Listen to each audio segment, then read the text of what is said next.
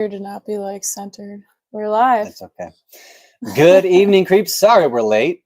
Technical difficulties. There's always something, of course. Everyone knows you get up right to the moment of crunch time and something doesn't work.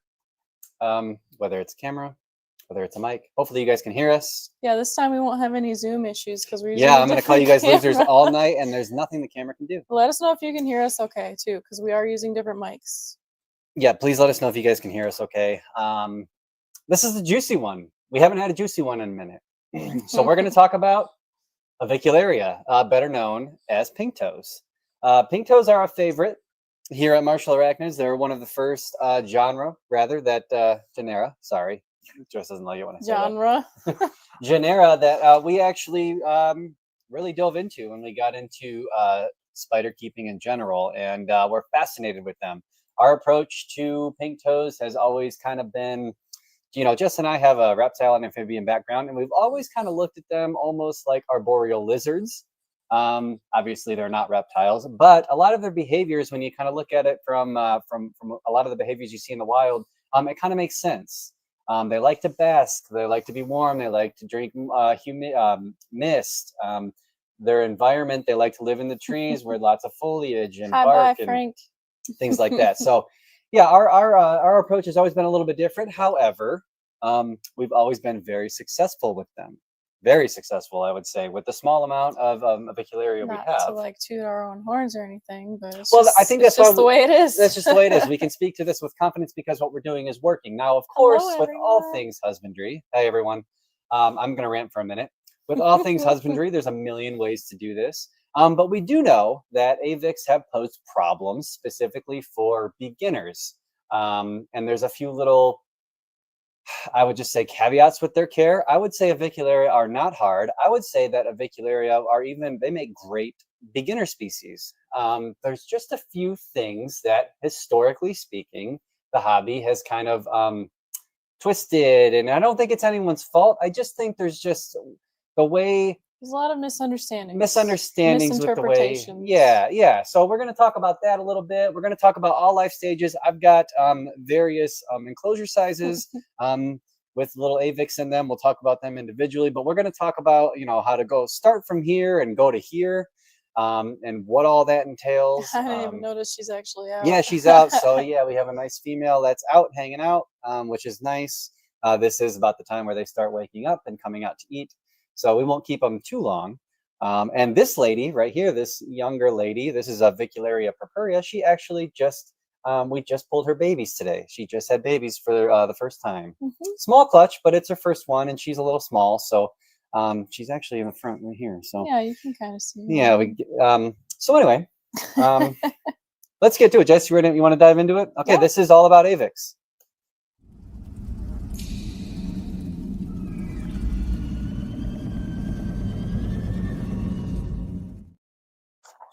All right, guys. So, hello, everyone. Sorry, I don't even have time to name you all, but thank you so much for joining us. We got flies in our face. Oh, do you have that? Oh, man, I wish we could show them that picture. We'll post it later. We have a hilarious picture to show you guys of all of the your phones right here in front of the laptop. Okay. We can get to it. Yeah. We have fungus gnats all over the place because we've been harvesting them for our ogre spiders, and they're everywhere. So best Avic. Oh gosh, we're gonna get to that, Blue Bomber. We'll get to that. It's too soon. Yep. So I think to understand Avics and our approach being what it is, and any tarantula species, any species that you're going to keep in captivity, I think it's really important to examine the natural history, where they come from, what they're doing in the wild, what are some of the observations looking like, what are some of the local weather conditions. How might their little microclimates that they inhabit, affect their overall behavior? And most importantly, how do we translate the behaviors that we're seeing, right? How do we replicate the behaviors that we're seeing in the wild? And how do we translate that? What are we seeing? Yes. Why are they doing what they're doing, right? And I think Avics are a fantastic specimen or example to examine tarantula behavior because they are so reactive to things like heat and moisture and light. And I think they just make perfect little case studies for this. So yeah, and like we mentioned a little bit in the intro, there's a lot of misinterpretation of that behavior. They're not mammals, they're not reptiles, but they have a lot of similarities. So we're Yeah. gonna kind of help you guys figure that out from an actual like invertebrate biology perspective too. yeah, I'll let Jess take the reins on that a little bit. Okay, so for all intents and purposes, we are going to talk about the subfamily basically as a whole, Avicularia, Avicularianae. So that's going to include Avicularia, Iridopelma, Typhoclana, Ibirapora, Carabina, Pachystolpelma, things like that, right? Because there are some things that the hobby calls pink toes that aren't necessarily in the genus anymore. There's been many taxonomic revisions, and we'll kind of talk about that. Real quick, before you proceed, I just wanted to point this out. Irresistible Nikki says she got a versicolor from 503 Menagerie, and 503 says she actually got those versies from us originally. Sweet. So it all came full circle. All right. No, that's awesome. That's awesome. Yeah, she said it's doing great too. Good. I love to hear that. I love to hear when people say that their pink toes are doing well, and especially Rob when they from get UK kiddos. is here too. Rob, awesome, what's up, buddy? Good to see you again from across the way. Tina R's here. Okay, so I hope that makes sense, guys. We're not just, I mean, you could be a stickler and be like, well, Avicularia is not Carabina versicolor, they're not the same genus. But I mean, realistically, from a husbandry perspective, as far as the husband, I mean, copy and paste, pretty much, right? For the most part, there are absolutely minute behavioral differences, even between species, like size, but really, as far as the hobby is concerned, we're going to treat them the same. Yeah. So let's kind of talk about natural history, right? Where do they come from? So Avicularianae, for the most part, inhabit the very, very possibly the southern part of Central America, and then basically the top down to like mid South America, and potentially southern Mexico. Potentially, but if you really start digging into that, you kind of question the validity of that. Even Panama, I think there's only one, the one in Panama that they're calling Avicularia glauca. Yeah. Glauca. Yeah, a single type specimen from 1891. So I just take it or leave it. I don't know. Yeah. If someone's from Panama and you see this by some crazy stretch, tell me if you have Avics. Yeah. But for the most part, South America, and then also the Caribbean. Puerto Rico even has. That's not Carabina laeta. Yep. Yeah, Carabina. It was Avicularia. So Puerto Rican pink toe. Why are we talking about that? Because it's warm. Where they're from, it's very tropical. It's very warm. Lots it's very of rain. humid. Yep. Lots of rain. Very little seasonal. Right. So fairly differences. Consistent. Yes, consistency. Yeah. Very consistent with Avics and what they're used to, what they're kind of like their comfort zone. Honestly, it's perfect. If I could live somewhere, I would live where Avics live because honestly, it sounds Martinique. Perfect. Yeah. Tropical paradise. Martinique, where the Carabina. I don't know if y'all can. You know, they're all responding to my voice here. Yeah. So we'll talk about these kiddos in a minute. So very little seasonal variation. There's definitely quote unquote rainy seasons that these animals experience. Small differences in temperatures, but man, like I'm telling you, for the most part, it's like mid 70s to mid 80s, pretty much like all year round, with a little bit of seasonal variation. So quite warm. And that really translates to kind of the behavior that we see in captivity. Larry says, too hot and humid for me. Yes, it's definitely sticky. You have to be a weirdo to really want to live in these places. Yeah. But, hey, I was showing her off. Oh, were you? Can they see her? Yeah. I don't think they can. Yeah, they can if you flip it around. Oh, there she is. Yeah. This is Diversipes. This is Y Diversipes. Right there. She'll probably move here in a second. So we have here, not to get off on too much of a tangent, but we have Carabina versicolor, Avicularia purpurea, Ibirapora Diversipes, and then Avicularia variegata. So that's who's joining us tonight. Yes. Okay, so just real quick, the word Avicularia comes from the Latin word avicula, which means little bird, and then area meaning pertaining to. And that really, so bird spiders, you guys might have commonly heard that, especially like overseas, they're really referred to as bird spiders, not so much here in the US, but what was the story on that? Someone saw one eating a bird. There was an illustration. In here. Did I not? Yeah, in 1758 to describe Arachnia avicularia, referenced.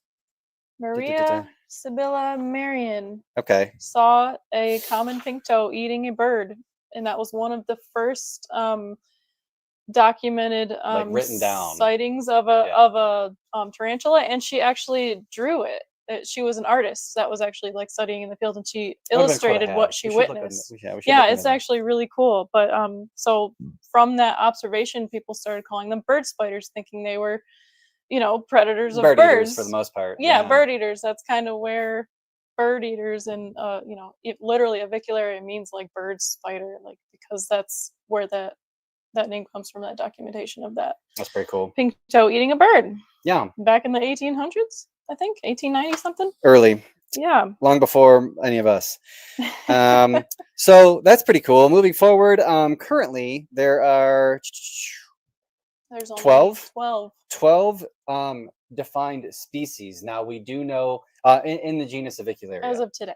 In the genus Avicularia. Yes. And obviously they're going to start branching off, like we talked about. We have Typhoclana, we have Aviropora. Yes. Like there was even a Brachypelma that there's a Brachypelma. There's a couple of Faunopelma species that were formerly Avicularia. Yeah. There's dozens of species that were formerly Avicularia before scientists kind of started like realizing that this spider right here is totally different from this arboreal pink toe. Yeah. Also, there's a lot of species, probable species, or even morphotypes that are completely unknown in at least a scientific perspective, just because taxonomists aren't able to find those species in nature, at least not yet, or they don't have the funds or the time to actually study them and write, you know, publications about them. I bet if we went whole hog on that, we could easily describe many more species of Avicularia. Definitely, but again, where they're from, lush, it's dense, it can be dangerous. But what we do have access to as hobbyists, they're pretty freaking awesome. Yeah. They're beautiful animals.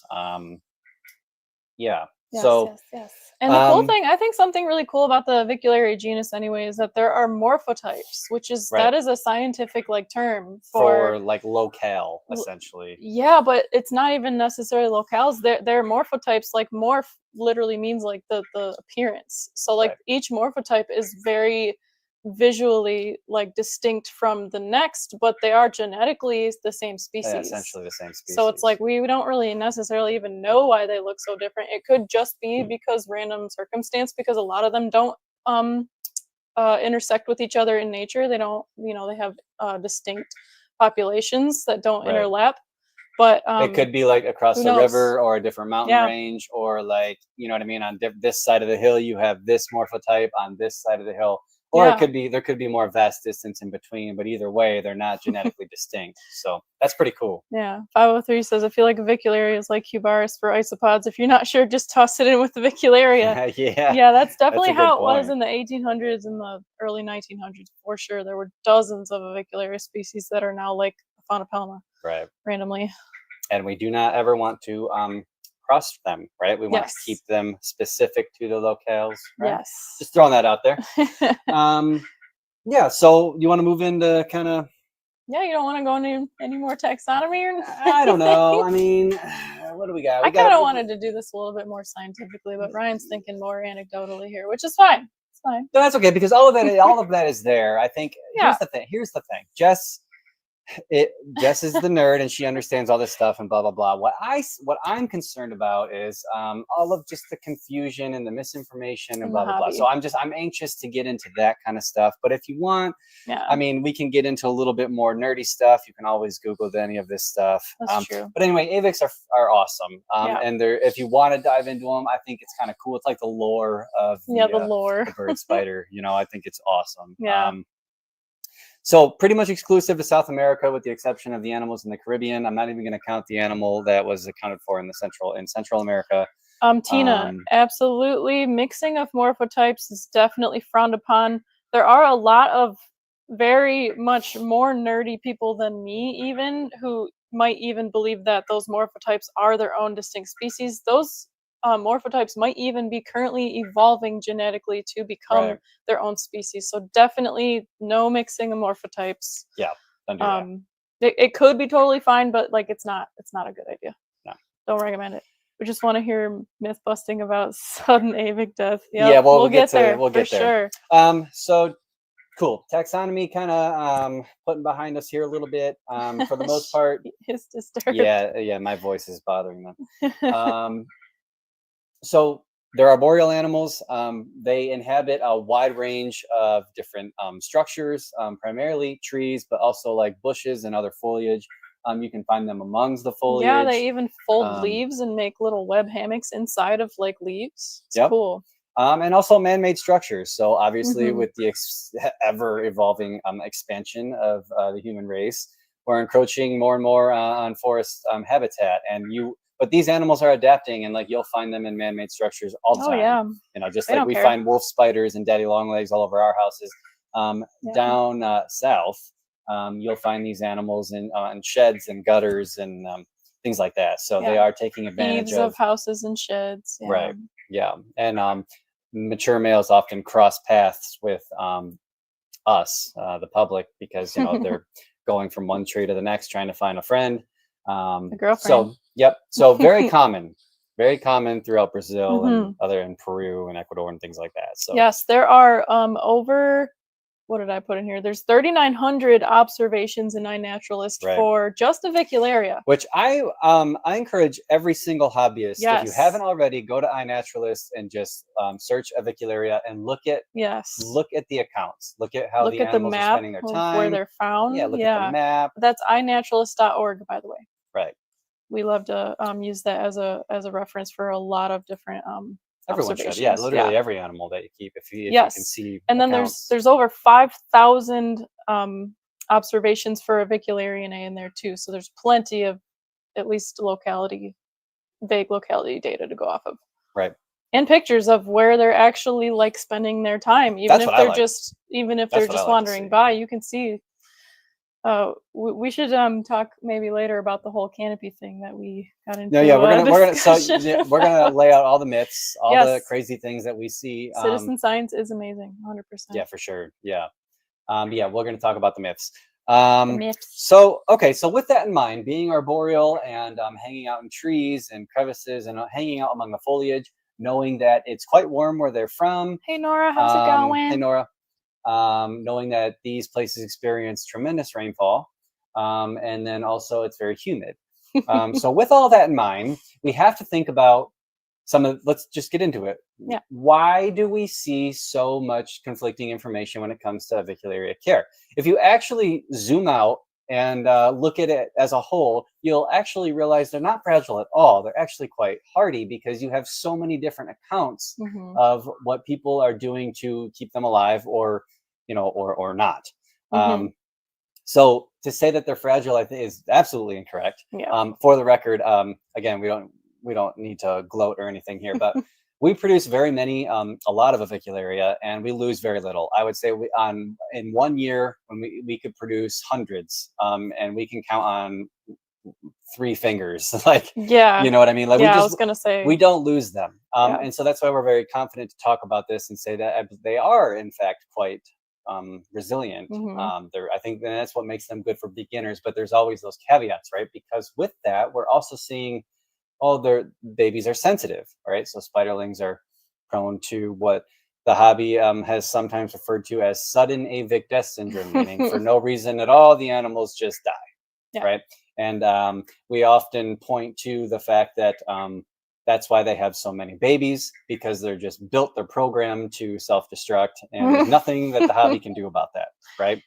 Yeah, we laugh because it sounds silly, but for some of you, and that's not to be offensive, it's just like that's what we're hearing. Yeah. So we want to kind of nail that down, and kind of break through that, because sudden avic death syndrome is a made up thing. Right. I think it's just there's not a good resource for adequate information in one place. There's a lot of misinformation, and the hobby, especially new keepers, don't know what else to say. Right. I lost my animal. They just do that. That's what happens, right? I thought I was doing everything right. I read all the care sheets. Right. I read the care sheets. Still died. And in my parameters, I checked those boxes. I didn't miss. I put it on dry coconut fiber. Gave it a plastic plant. It was room temperature. I was comfortable. It was comfortable. Yeah. It just died. Yeah. You know what I mean? And unfortunately, like, you can kind of see where I'm going with this. We can poke holes in that right away, right? So we've already talked about natural history. We talked about what they experience in the wild, and you can kind of tell, like, keeping them in North America, and the bone dry shoebox, you know, overflowing in a water, northern like climate, things like that. especially. That can work for some people, but not all, right? Mhm. And we'll talk about that too. So Yeah. okay, so I think you guys kind of get the point there. So Jess, where do you want to go from here? Do you want to kind of talk about husbandry, like how we go about it? Yeah, start from the bottom. I was also going to mention, if anyone has any questions during the stream at all, feel free to ask them as soon as they come up, and we'll get to it. Don't Yep. You don't have to wait till the end or anything like that. Okay. Or any criticism, go for it. We're ready. So there's three things that we need to keep in mind with Avicularia, right? And this again goes for pretty much all Avicularianae, right? So all the subfamilies. And if you've watched any of our previous videos, you will know what at least two of these things are. Yep. So we're gonna talk about it right now. We're just gonna dive in, because every single thing that you put your animal in, and not only that, the room around your spider influences what's happening in here, right? It doesn't matter if it's a vial system, or if it's a big glass Exoterra vivarium, right? Doesn't matter. You just need to think very simply. So there's a couple of things. We have airflow, number one, meaning the amount of gas exchange that occurs between the box and the outside environment, right? Number one. Number two would be moisture. So we're going to kind of divvy that up into two categories. We have dietary moisture and environmental moisture. Physical water droplets and dissolved water in the air. I think that's how we should kind of divide Okay, that. so you're saying humidity and then dietary moisture. Okay, so that's how we're going to divide that up, because those two, you guys laugh, but that matters. They're two very different things, and they affect one another. Well, sort of. Humidity affects dietary moisture, but we'll talk about that. So we have airflow, we have moisture, and then, in my opinion, this is the most important one, and that is heat.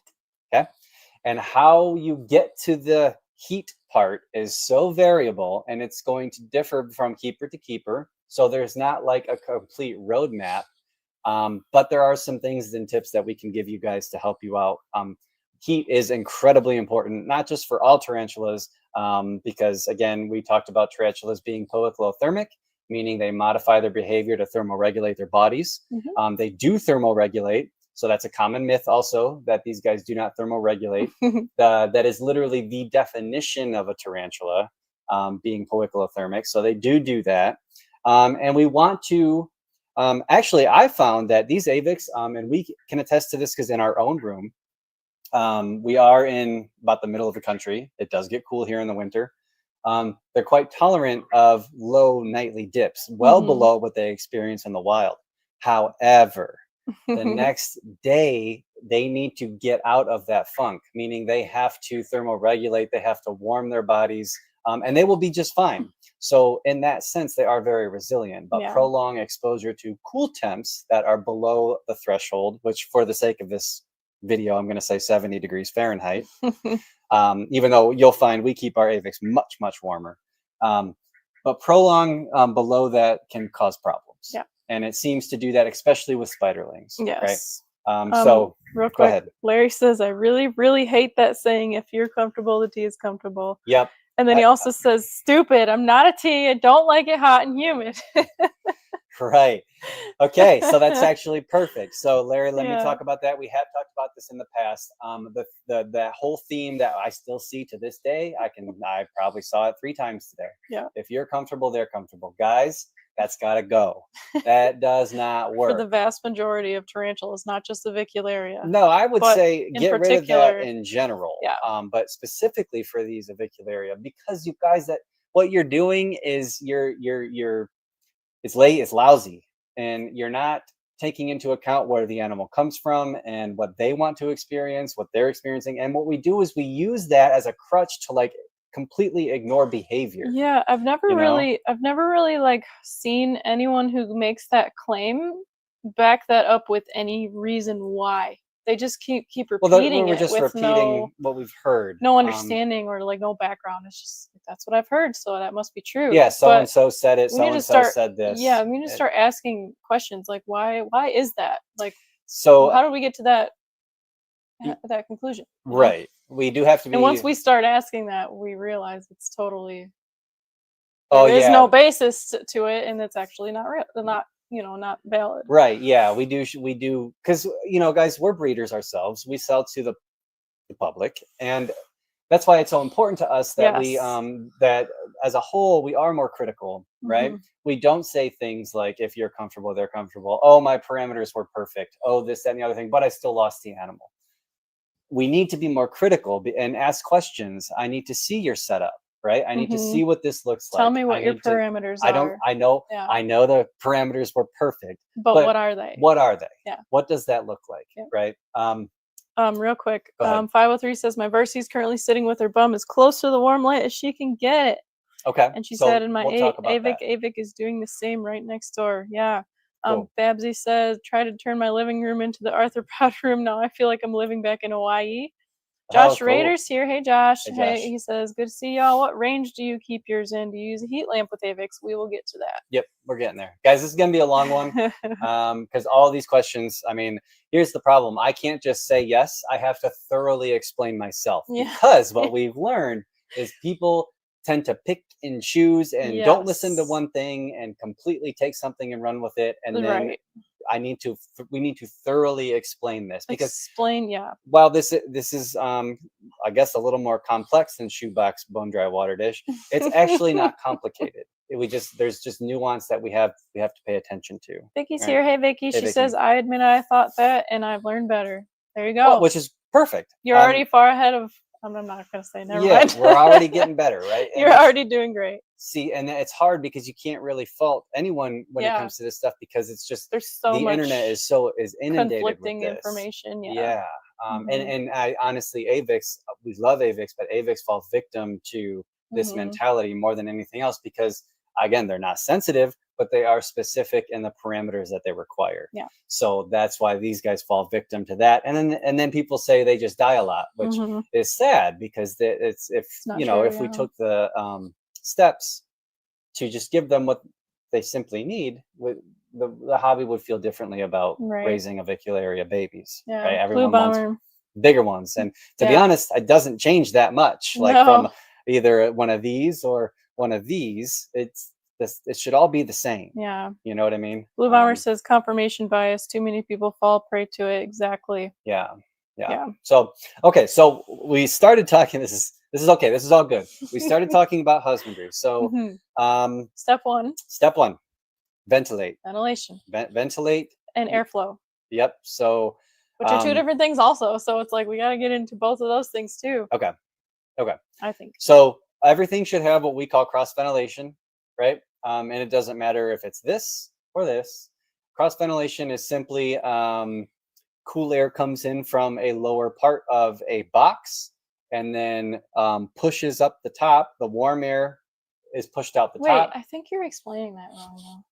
It's just this. No, so warm air naturally rises. Correct. So the warm air is going to naturally rise out of the top ventilation of these enclosures. And because that is pushing air out of the enclosure, naturally cool air that's down here gets drawn in through these lower parts. Does that make sense, guys? So it's this, right? It's this.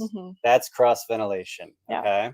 Which is also called the stack effect or the chimney effect. That is a documented, scientific, proven thing. If there's any question to it, you can look it up. And these exoteras, basic physics comes in and then out the top. Yes. Okay, same with this. That's cross ventilation. Yes. Okay. In our opinion, every enclosure should have that. The hobby's kind of figured out that that's what these animals rely on, and they seem to like that. And I believe that is because what you're doing is you're eliminating stagnant conditions. Stagnant conditions are what kill Avicularia. It's not water. Okay, because again, what do we know? We know they come from the most humid places on Earth. Yes. We know they're often found above water in the wild.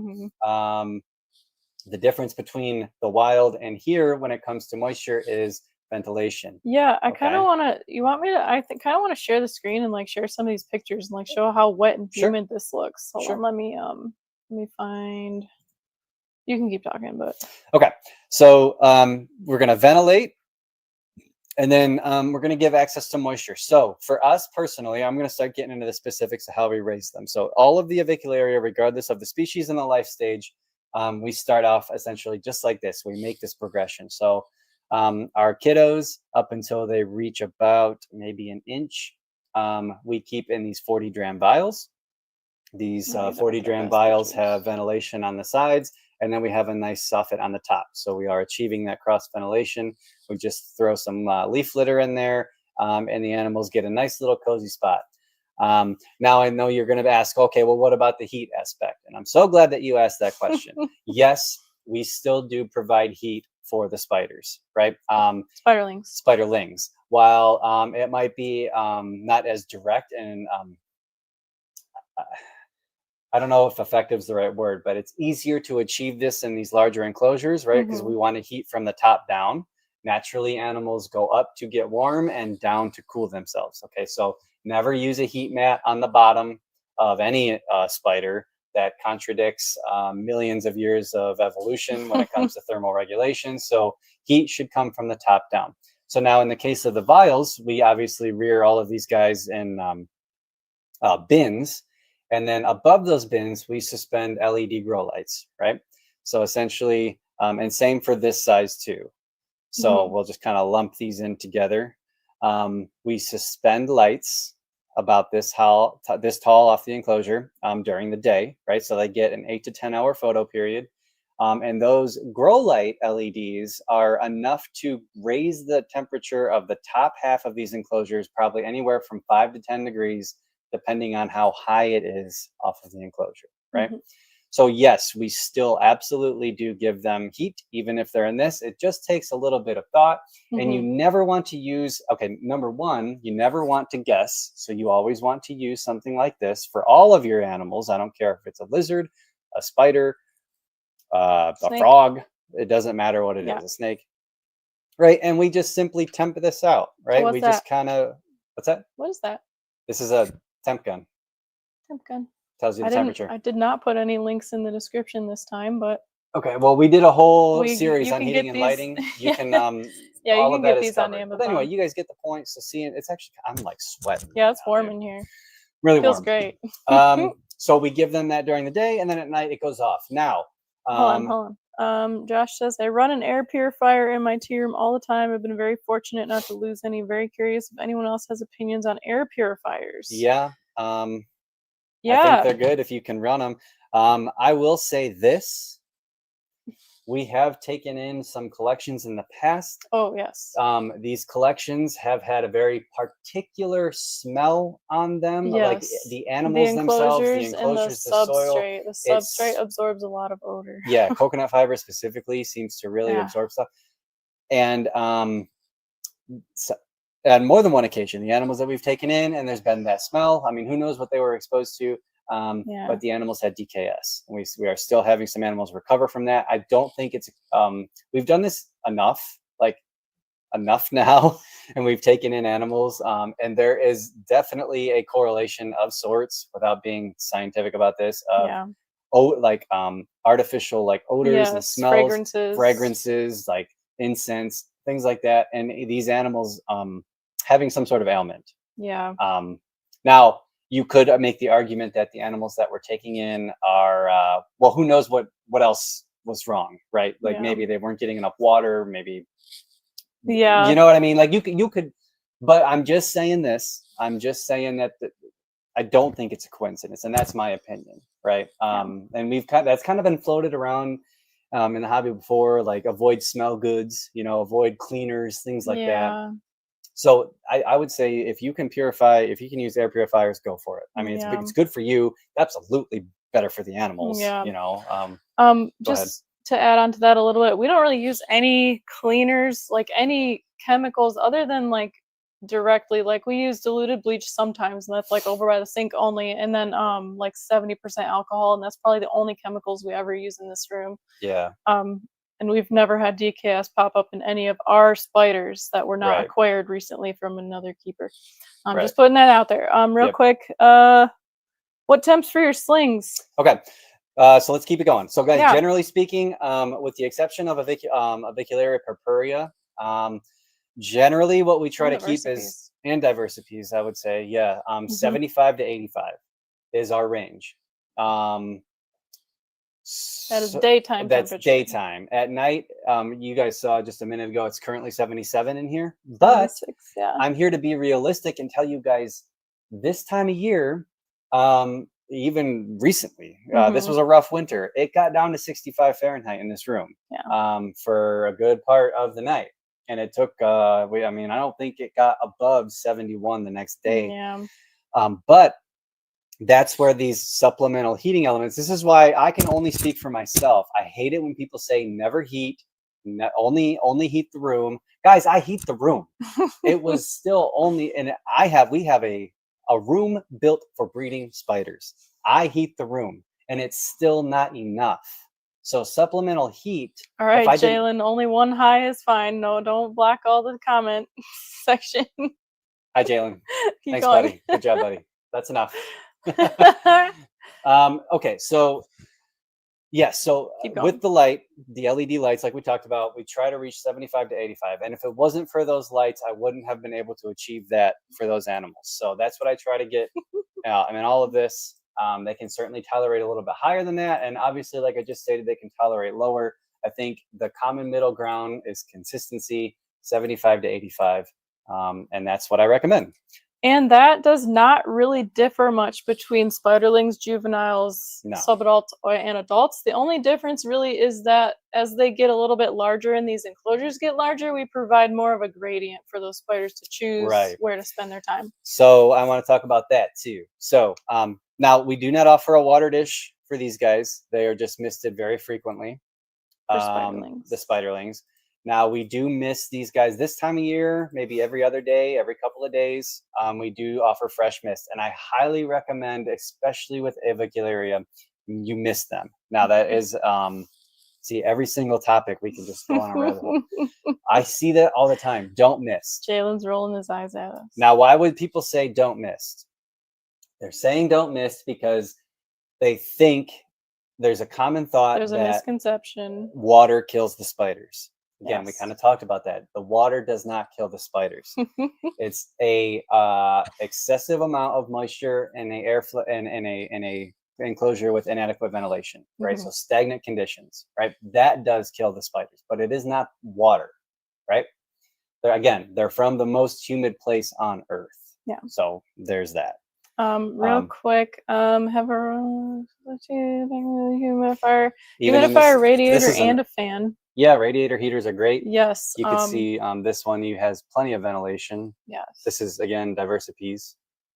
Yes, fans. So we'll talk about fans in terms of ventilation as well. Oops, that was supposed to be a link to a temp gun. You're good. Fans, you should have fans for every tarantula collection. Like it doesn't, not even just specifically for Avics. Like you should just, the air in your room should move. It all makes sense when you consider natural history. Species aren't found thriving in smog areas. Exactly. Right. Yes. Very true. And Trevor says my room got down to 64 when the breaker blew. Scary, but everyone was fine. Good. Yeah. The guys, we got to give them credit. Like, but I think we just don't want to take advantage of that. Right. These animals never experience 60-degree weather. Right. They just don't. It's not. They do not do that. It is not in their evolution. It is. Yes, they tolerate it because they're very resilient. But that is not something they ever experience. Yeah, it's one night at a time. Do not keep them there. Tops. You cannot keep them there. You will have problems, right? And I don't care if you're comfortable at 60 degrees Fahrenheit. Your spider is not. Okay, it's very simple. Now, something that I want to talk about too. So we talked about the heat. We talked about the light and how we do that. Basically, for all of these enclosures, we use those LED grow lights. They're very cheap. They're made by Barina. And this one, I've got a little bit of a fancier one. This is made by Thrive Ecosystem. This one gets very warm, but what I like about this one is that it comes with a dimmer, right? Yeah. So I can pump up the intensity, dimmer, or I can turn it down, right? You can see the spider in there now. Yeah. And on these two Exoterras, I have replaced the lids, the mesh lids with the maximally ventilated acrylic replacement lid. I do like this product from Tarantula Cribs. Yes, I do recommend this. I don't like them. Jess does not. I really like them. But that being said, you guys, it should be known that we also do like the screen lids that these enclosures come with. I think you cannot beat them in terms of ventilation. However, if your animals, I'm not saying keep the screen, because you'll often see people say to replace it with either DIY acrylic or glass or something like that. Yeah.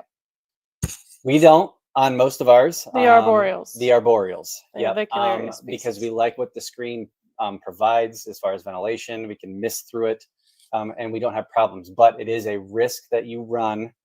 I think there's a little more nuance to this, but it's a risk you run with their claws getting stuck. If you're nervous about that, just get yourself one of these maximally ventilated versions, or you can DIY.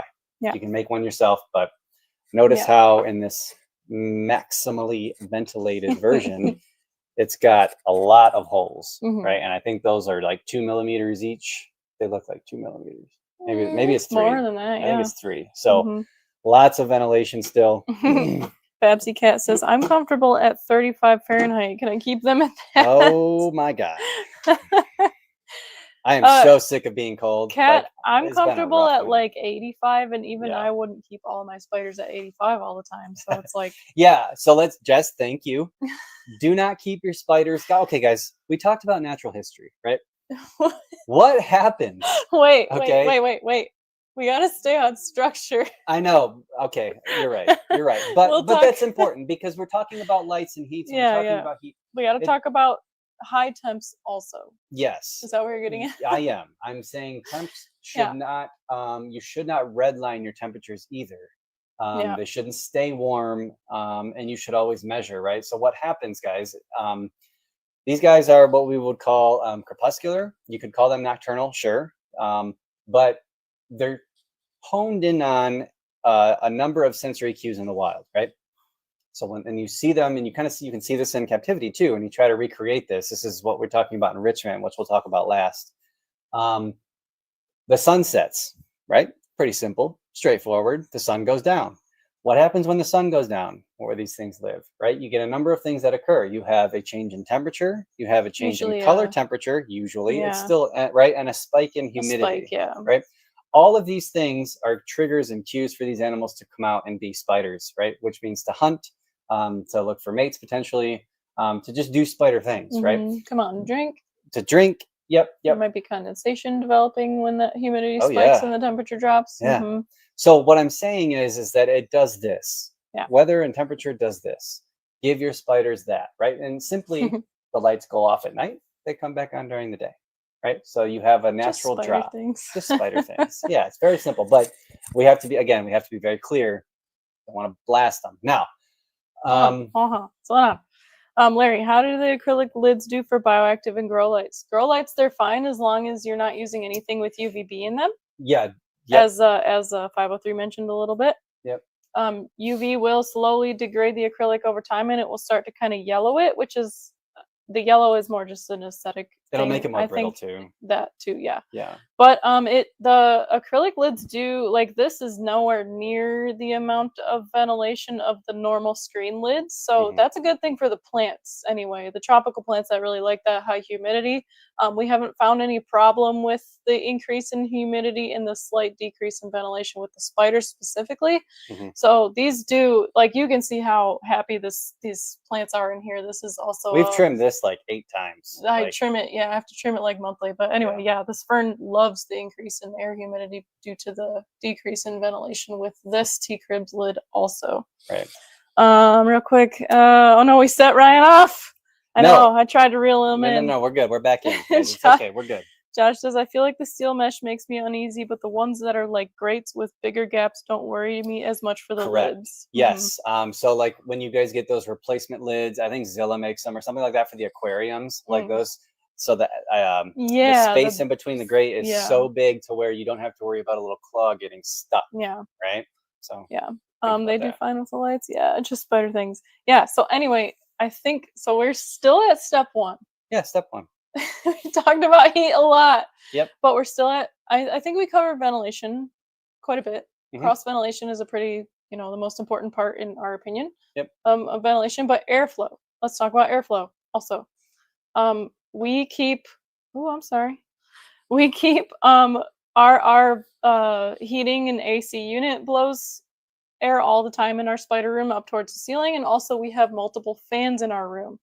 So just in case this is not enough airflow for these enclosures, which it probably is, But kind of sort of as a fail-safe, and also just because it seems to, at least I like the air circulation in this room.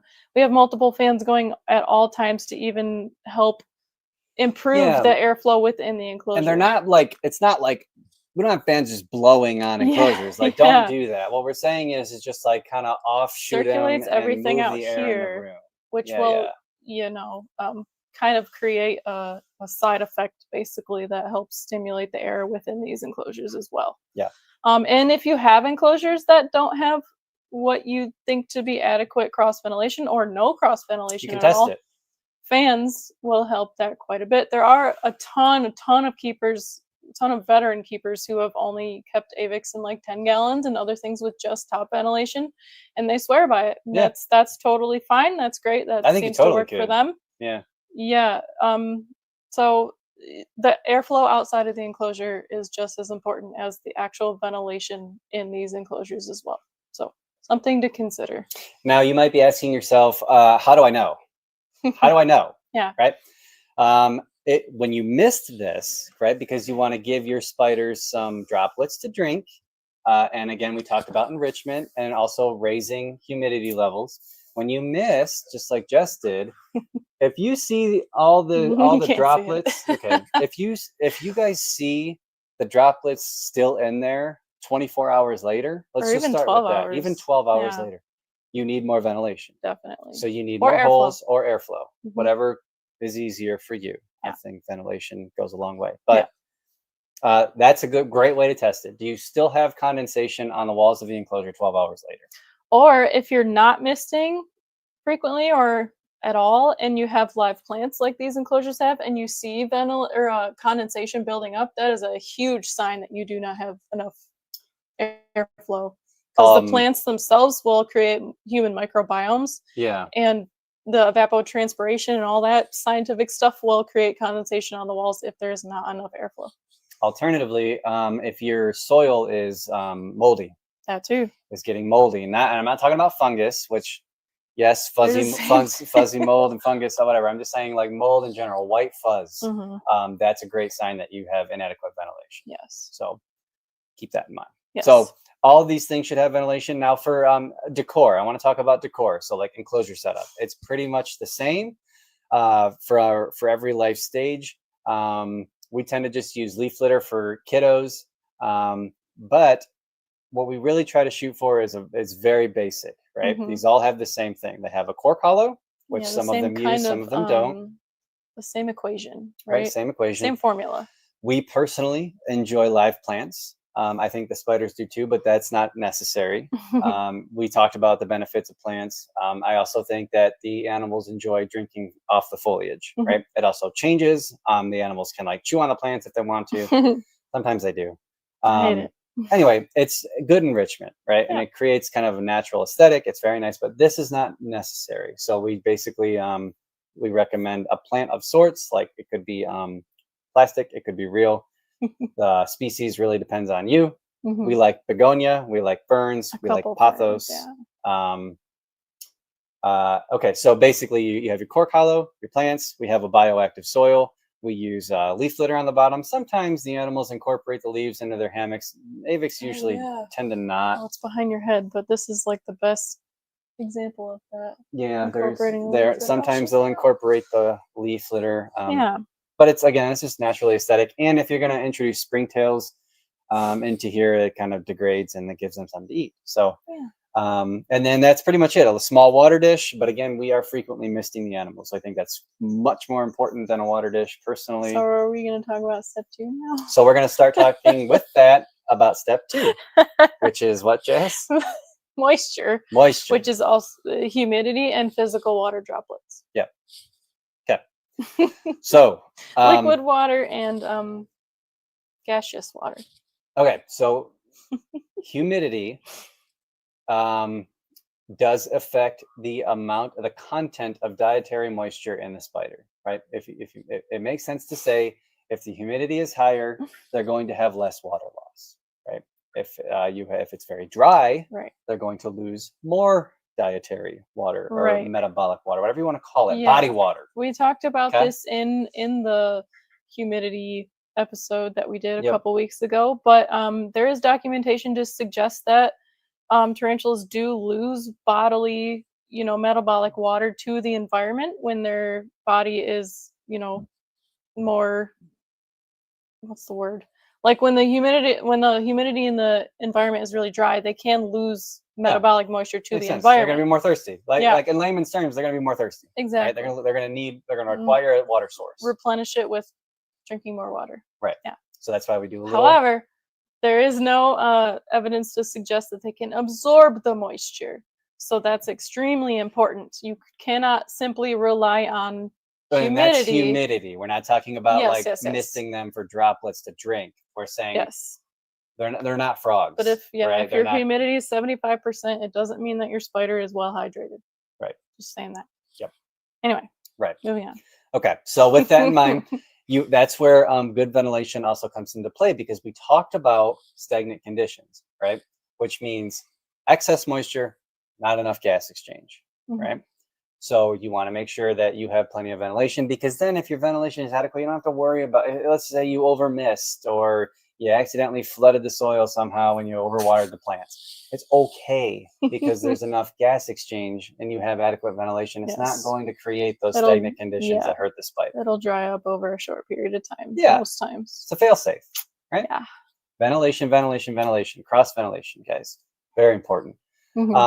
And then misting also, guys, real quick, it is enrichment. Like we talked about, it rains very frequently where these animals come from. They much prefer to drink fresh droplets. If you think about it, every day, it seems like they have access to fresh water. That is absolutely something that the animals pick up on. You can watch this for yourself. You just mist them. They'll come out, drink if they're thirsty, right? Many times. We will many times see them prefer to drink the fresh droplets despite having access to a water dish. It's just a fact. I bet they would do it every morning for us here. Does that satisfy your moisture content? Also, moisture. Yeah. So for Avics in particular, I do want to talk about like our routine a little bit, our husbandry routine with respect to moisture and humidity or whatever. Yeah. We don't chase humidity levels at all. Yeah. So if you're asking us like what percentage do I need to get? And which is okay. So go ahead. Yeah. Go ahead. We don't measure any of the humidity conditions in any of these enclosures. That sounds kind of crazy, but like I mentioned, the spiders don't absorb water from humidity. So we do have, of course, like you can see that this little guy has a hygrometer right here. It's 42% in here, which is relatively kind of dry, but it's dry. So we do use that number to kind of gauge how often we should be providing the dietary I think moisture. that timer's broken. I'll be right back. Oh, that one? Yeah, that needs to be off. Oh, yeah. That should have been off like an hour ago. Anyway, so like if it's super dry in here, we will, and like obviously this is going to happen most of the time in the winter months when we've got heat running more often, etc. So we will mist our spiders more often to provide more opportunity to replenish the lost moisture with the dietary moisture. When it's a little bit more humid in the room, we'll kind of pay attention to how often or how quickly the condensation evaporates from the previous time that we misted. But honestly, even in the summer here with the warmth and the airflow in the room from all our fans and whatnot, it still pretty much dries up at the same rate. We still find ourselves misting fairly often just to provide all of our Avicularia with the opportunity to drink pretty frequently. Again, we don't really stick to a schedule no matter what time of year it is. We typically want to mist about every day or every other day in the winter, again, just because it's so dry. There's a lot of heat, like supplemental heat in here. And then in the summer, we mist about every 2 days to every 3 days, approximately. And again, that's going to depend on how quickly that moisture evaporates in your enclosures. That will depend on your ventilation and a million other things. Yeah, because I can already hear if you guys have made it this far and you're fairly new, I could hear people saying, okay, well, how do I know how often to do it? Exactly. Right? Yes, so it's a very. I think the answer is you gotta. Yeah. This is where critically thinking is gonna come into play. Yeah. Again, I think the animals. I think every day is fine, to be honest, or every other day, but you just have to watch what's happening in your box, because Yeah. again, your environment is going to be different than our environment, and what we want to do is this environment. I know it's fun to look at a care sheet and say, well, so and so said do this X amount of days and feed them this many times. That's just not how this works, right? So and I'm saying this to encourage you to not be afraid, just to critically think, to pay attention, to watch. And it'll be okay. It'll be okay. We get that question that's maybe one of our most popular questions, and is how often should I mist? Because a lot of our customers and followers know that we mist. You know, we recommend misting. We mist. You better mist the slings that you get from us. Please, So that's the follow-up. I'm gonna be mad if you don't mist our slings. The follow-up question is, how often should I mist? So that's, you know, our basic answer is to say, this is how often we are misting in our climate, and this is what you should do. Yeah.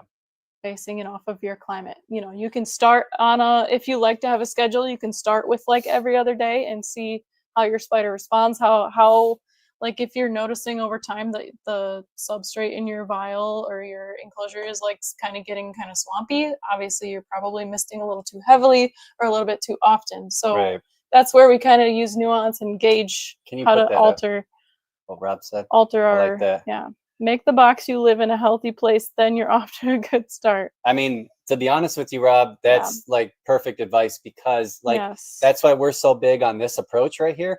Big enclosure. Honestly, I don't think it's big enough, but like, you know, it's got it all.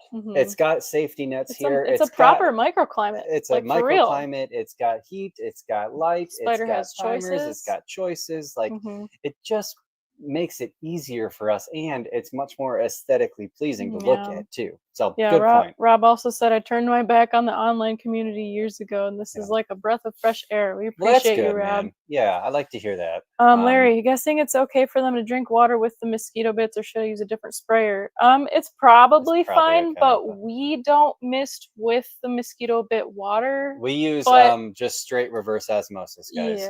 And you can go, when you go to the store and you get those like 89-cent jugs that say filtered water, drinking water, that's our reverse osmosis. That's what I recommend. It's probably fine, but just to be completely safe, I would avoid misting with the mosquito bit water. Only use that to water your plants or your substrate. Put it in the soil. Anyway, so there's moisture. You want to talk some more about heat?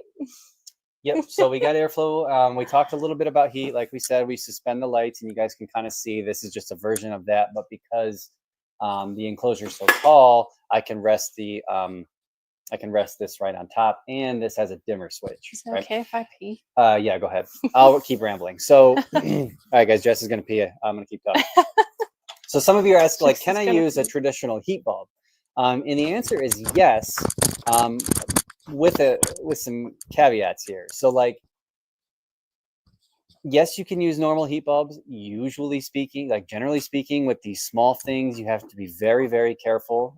You don't want to go into that blind. You want to have a good idea of what your element's going to be producing, and like generally speaking, it's going to have to be a good distance away, and also you have to factor in your conditions too. Like, is it going to be like 60 degrees Fahrenheit in your house? Is it going to be in the 70s? Like 10 degrees like variation is a huge difference. So like, can you use? I just swallowed a fly. They're everywhere, guys. So you have to answer that for yourself. But the answer is yes, you can if it's absolutely necessary. I prefer the LEDs because again, they're safer, they're softer, it's a little more gentle heat. If you can get dimmer switches. The heat bulbs that we have used in the past for like our brooding Avicularia, like this purpurea, we've used it for obviously our Poecilotheria, but like if you need to use them, I use those little halogen bulbs. They're mini halogens, and they come on you can get dimmer switches for them, so you're in complete control of that output. So all that to say, the answer is yes, you can, but you have to be very careful, right? They're not all created the same, so keep that in mind. Miss every evening as the sun. Yeah, so that's a good time to miss too. So like you can either do it, we like to do it either first thing in the morning, like kind of as the lights are turning on, or I think a more natural approach is to do it as soon as the lights go off. Because again, we kind of talked about that dusk period where the humidity spikes and the spiders are coming out. So that's when I would do it. But sometimes you just don't have that option, and they need to be misted when I got time. And they'll still, they're opportunistic. They will come out and drink. So, okay, I turned my mic off and then back on. I don't know if you guys can hear me. Say something. Saying something. Okay, yep, they can hear you. Okay, so we talked about heat. Highly recommend it. If you guys just want to heat the room, you know, I see that a lot. Just heat the room. Number one, we kind of already talked about, like, sometimes that's not completely feasible. Yeah. And to be honest with you, to be completely honest, in my not so humble opinion, I don't think you're giving the animals the best thing. Like, I think the best thing for them are those thermal gradients that we talked about, giving them access to warm and cool as they please. It's kind of like a bare minimum, at least if you have juveniles and adults. Yeah. Yeah, it's like, that's where we set our baseline, is with heating the room. That's exactly right. We set the baseline, with the thing. People say, don't heat the enclosure, you'll kill them. Like, that is, I'll be honest, it's so ridiculous. You can, but you can do that with everything. Like, you can kill everything if you're not paying attention. If you do it wrong, you know? Yeah, like, that is such a stupid thing to say. You can, if you're not paying attention, accidents happen, and I think that's where a lot of this comes from. But, like, you can see, we heat all of our enclosures, all of them. Yeah, I don't know if you mentioned, we delve deep into heating and lighting in our 3-part series, so we don't have to go too far into it. No, but it's connected to Avics. But yes, Avics need, absolutely. I think you need to give them that. Yes. I think they're obviously, you can make them survive without it, but I think if you're going to do it right, I think you should give them that. And then what's really cool about them, I talked about how they behave like arboreal lizards, meaning, and that's coming from, like, they come out to bask. They come out. They will chase that heat, and they'll bask on a branch, or kind of like above their hides. Their hide, and that's fun. I think that's cool. I think that is exciting. Cool and fun. Yeah, and like, it makes it fun.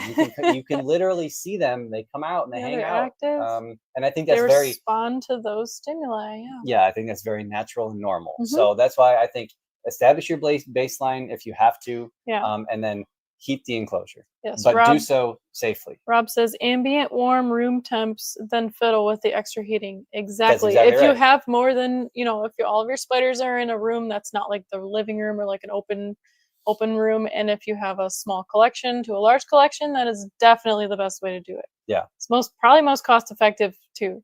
Yeah. Honestly.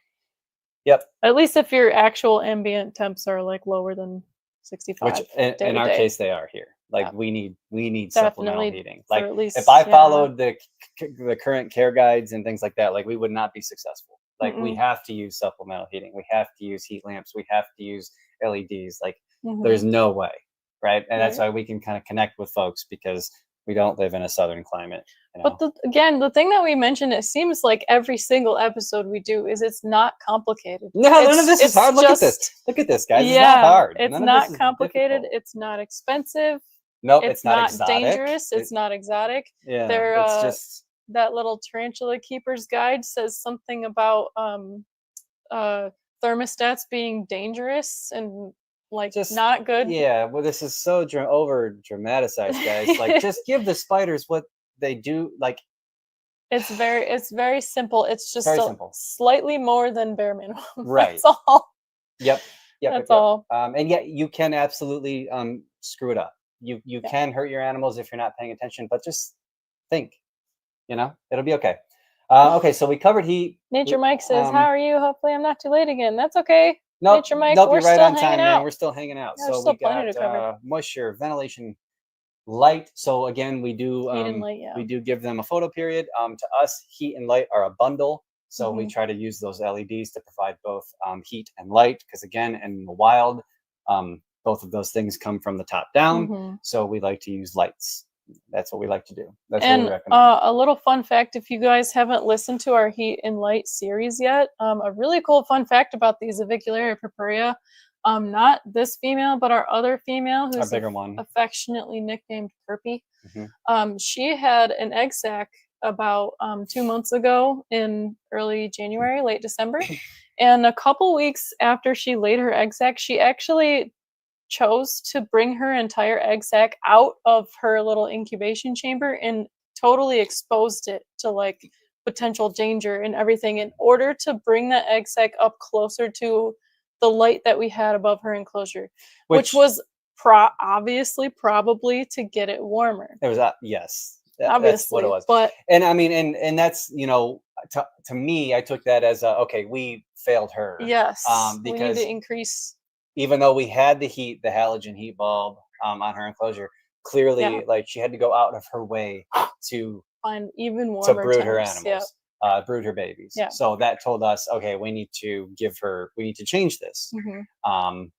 So anyway, that's a cool story. But Yeah, that's but so what we something did is learned. we did provide that extra heat, and she, for like a day or two, she kept it like dead center, in the center of that heat It was light. probably 96. It was hot. It was hot. Relatively very hot. And then Yeah. after a couple days, she went back into her you know, where she was brooding the sack, which our heat light was positioned maybe a few inches away, so there's no doubt that the top of that brooding chamber definitely felt a little bit more of that Yeah. Residual heat, and Yep. we had babies about 2-3 weeks later.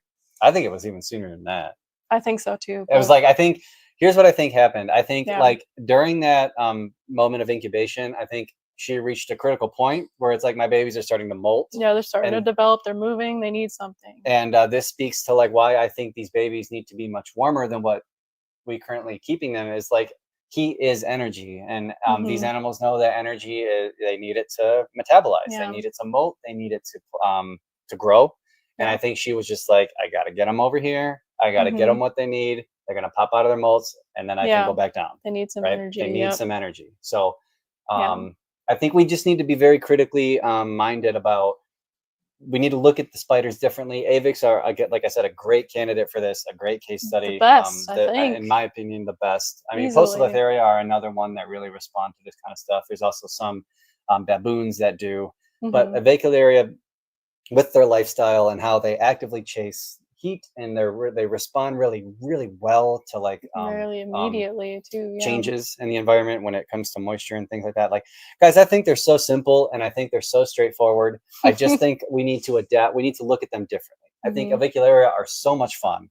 I think they're a great beginner species. Ryan tells me every day we need to sell everything and just have Avicularia species every day.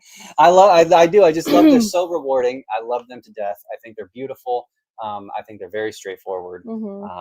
And I recommend them to everyone, literally every keeper. You know what I mean? The flies are like infiltrating the phone lens. I keep seeing them in the camera. Them, Rob says, I have an Augocephalus azendami. I see it at night, mainly when I'm creeping around the room, but when the light goes on, she always hangs about under it for 5 minutes before going back in the hole. That's perfect. Who said that, Rob? Rob, that's perfect. I'm glad you said that. I call it their morning cup of coffee. It's like they literally will hang. They do just baboons that. Especially. They hang out around the light. Baboons do that a lot. Ours do that. And they bask, and then they get what they need, and then they disappear. Yeah. Boom. That's a spider. Just spider thing. That's just a spider thing. Anything else you want to add to this? I feel like we could just keep going and going. It's okay. Ryan is eating the flies. Actually, I'm eating them. I did know. I did. I told him. Oh, when you were gone, one went right down my throat. Not cool. You want to show him this picture? No, you shouldn't. We'll show him. No, we'll post it online.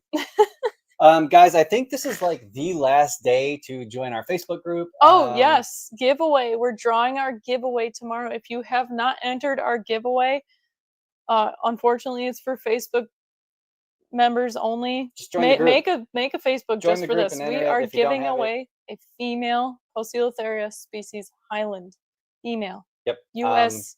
bred and born. You got to be in the U.S. Sorry, we're Rob. drawing it tomorrow. Yeah. Sorry, Rob. But we're doing giveaways every month in that group. That group is really just an extension of this page, and what that does is it allows us to talk to you guys to talk to us, give us feedback, tell us we suck, tell us what we want to cover. 503, you better go join that givey. Yeah, so get in on that, and then we're gonna draw another one in a couple days. We'll make another giveaway. Figured out what it is. Yeah. Maybe a lowland. Yeah, we should do an international giveaway because Rob's upset. So we can do maybe like a print. Or a shirt. We'll get to that. Yeah, maybe we'll find something else for you. Just for you, Rob. You better enter it. I'm gonna be mad. Just kidding. All right, guys. Okay.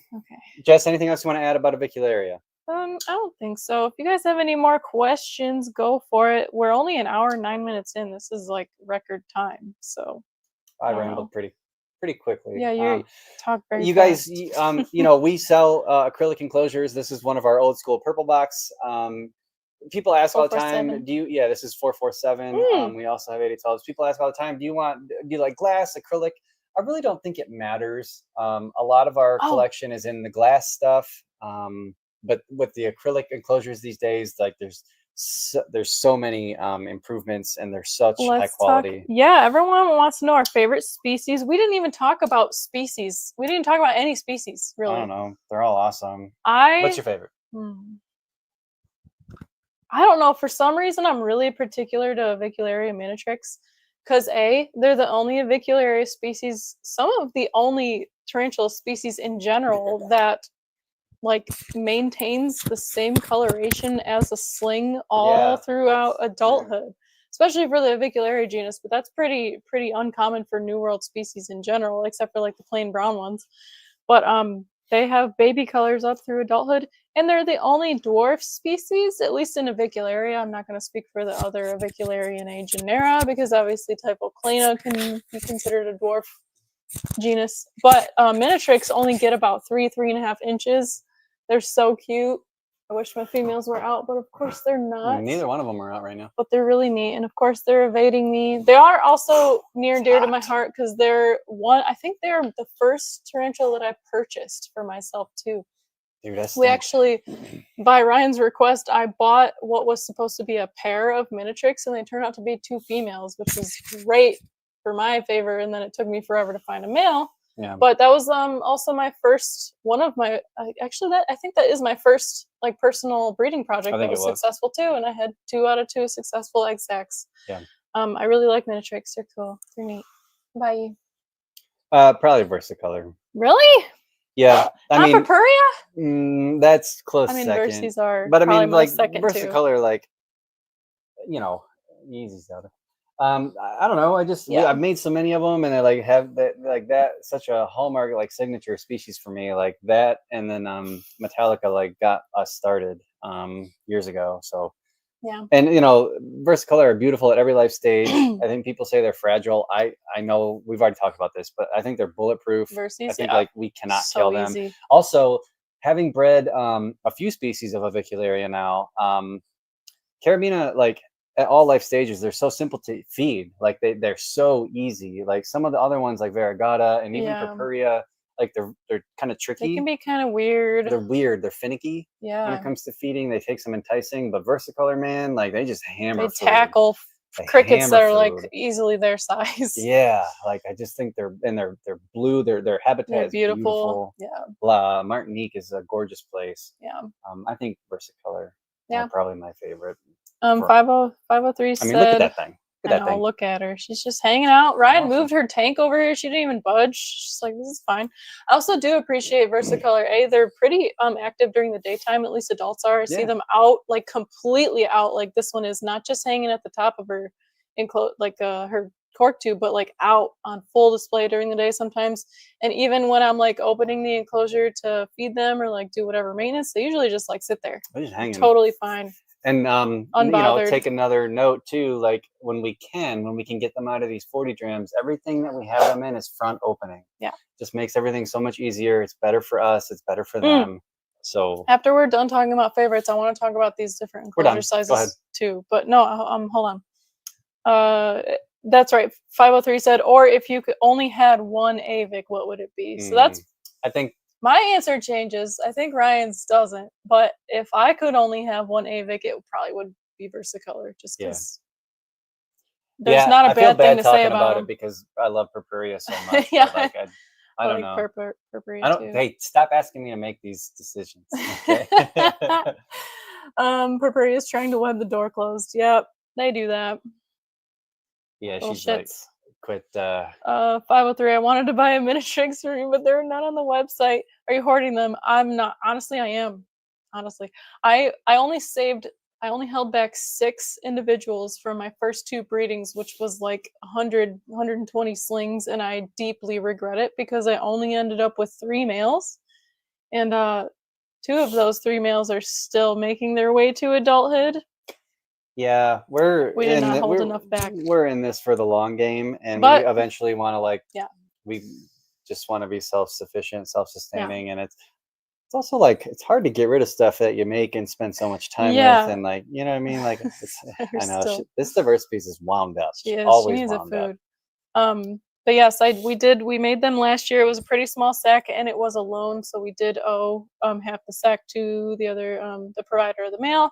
So I held back probably over half of what we actually produced from that sack. But like we usually do, we'll probably sell off some excess females, hold back all of our males. So if you really want one, you send us a message. I'll let you know. Love my Avic, A. Giroensis, and Versicolor. Giroensis, I do think people are sleeping on. Yeah, you are. If you don't have one and you've never thought about getting one, you are sleeping on Giroensis. They are beautiful. They get huge, like 6+ inches easily for an adult female, and the mature males are like deep purple with white yellow bands on their legs. They're just beautiful. We just got super underrated Rufa from Avics, and even yellow those banded. In person are beautiful. Yes. Those yellow bands are gorgeous. Beautiful. They're all awesome. Man. Yes. Varigata is another beautiful adult. Ex Amazonica. Yes. Trevor says, do your Subfusca lowland like it cooler? I find my female gets active and seems to be trying to get low in its enclosure when the temp gets up around 80. Interesting. I don't have a ton of lowland, funnily enough. I have had a bunch of highland gifted to me, but I only have 3, maybe 4 lowland, including my adult female. Not super active like some other pokies are, but then again, like some of my other pokies aren't super active either, so it's kind of hard to tell. I could see it from my limited perspective. Like they're purebred animals too, like pure species. Yeah, I haven't done a whole lot of research. We know their highland counterpart is it's quite cool there.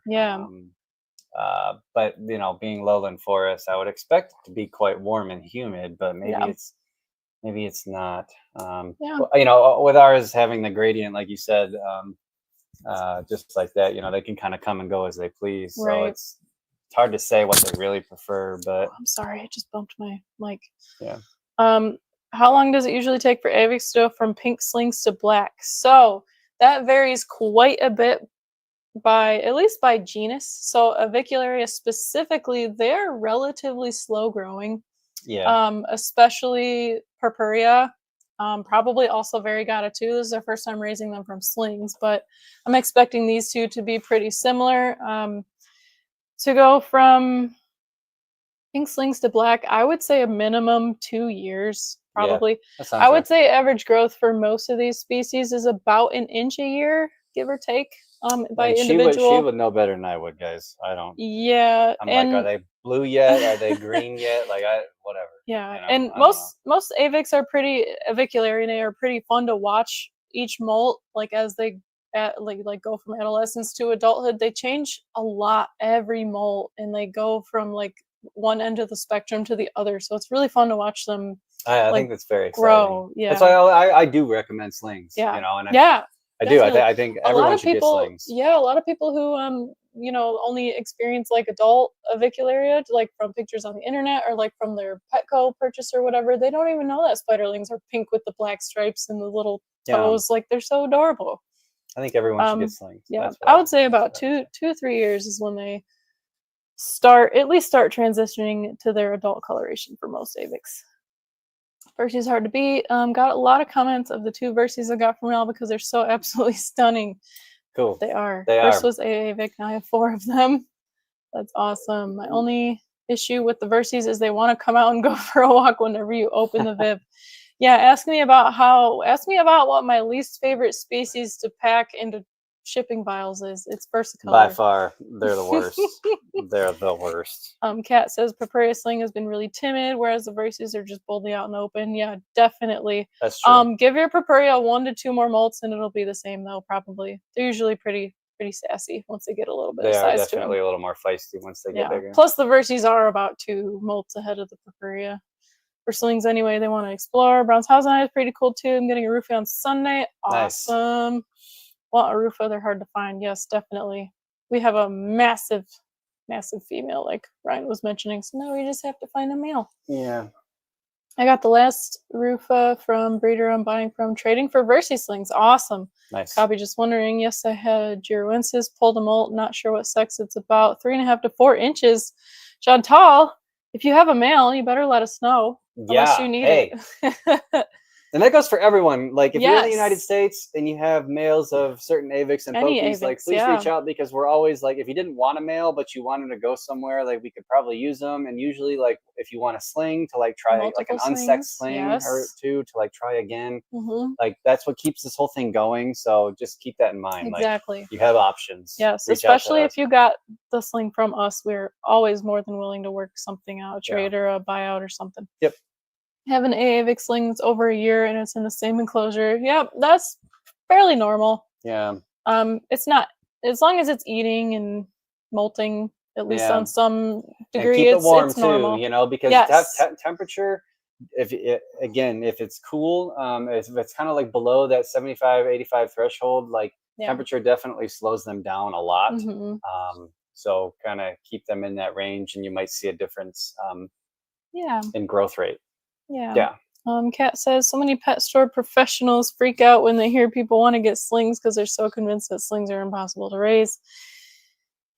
Again, guys, like, Yeah. we can't kill them. So like it totally comes down to parameters, and like nothing we do is spectacular. Nothing we do is special. There's no secret sauce. Yeah. We're just really paying attention to those specific parameters. Yeah. 75 to 85, moisture, ventilation. It's that simple. And again, not to like toot our own horns or anything, but like if something dies in our care, we're like, this is not normal. We look at each other. What and happened? Yeah, like, are you sure? Did you? Because it has happened. We're not going to say we haven't. Like, Yes, this year absolutely. we lost, I think, two. Yeah, two or three one. I think Avics. one Variegata and one Versi this whole year. Yeah, I'm pretty sure. And it's hard because, you know, they are kind of, or I should say last breeding season. I think what we did is we kind of narrowed it down to it didn't get enough water. Yeah, it did get very dry. It got very dry, and I think that animal, like when we were misting, it just, that's so like we don't just say it just happened. Like we always try to figure out. Yeah, like let's evaluate, what does the enclosure look like? What does the actual body of the dead spider look like? Is it dried out? Yeah. Is it injured? Stuff like that. Yeah. Let's see. I have an Avic, 2 Marionate, an Arantiaca, a Capri, and a Bisigoi. Arantiaca are pretty cool. I would like some of those. 503. Those are terrible. You should just send them all to me, please. Thank you. Oh, Chantel says she's in Toronto. Darn it. That's okay. You'll find someone. If you have a male, you'll definitely find someone who needs one. I hope anyway. Anyway, just real quick, I kind of wanted to, is this female still visible? I want to talk real quick. This is kind of a frequent question we get as well with spiders in general, if not the pink toes. But when do we, like, what size do we house these things in each of these enclosures? Good question. Yeah. You want to answer it? Sure. So for the spiderlings, like I said, they're going to stay in this until they're about 3/4 of an inch or maybe 1 inch. 1 inch tops. About usually. 1 inch. Yep. When we go from 1 inch, we go to something like this, a 447 or something equivalent. Yeah. And then I should grab. Hold on. Let me grab a.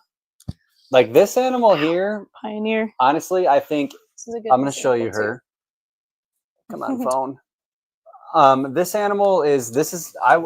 No more after this. Yeah. Like this animal could molt one more time in this. Yeah. So this is, I would be okay with that. 4 inches wide. So that spider's about 2 inches diagonal leg span, probably more, 2.5 probably. This is also one of the intermediate, larger juvenile enclosure this species. is one a little of those, bit taller. This is a Celadonia, but yeah, a little top opening. I don't like these as much. I prefer front opening. I like these. Yeah. Anyway, so once they hit this like 2 inch, 2.5 inch, sometimes we might push it to 3 inches, but that depends on the individual, the setup, whatever. Anyway, about 2 to 3 inches, we're gonna want to move them into something like an 8/8/12. Or you could just go right to this. Absolutely. Says me.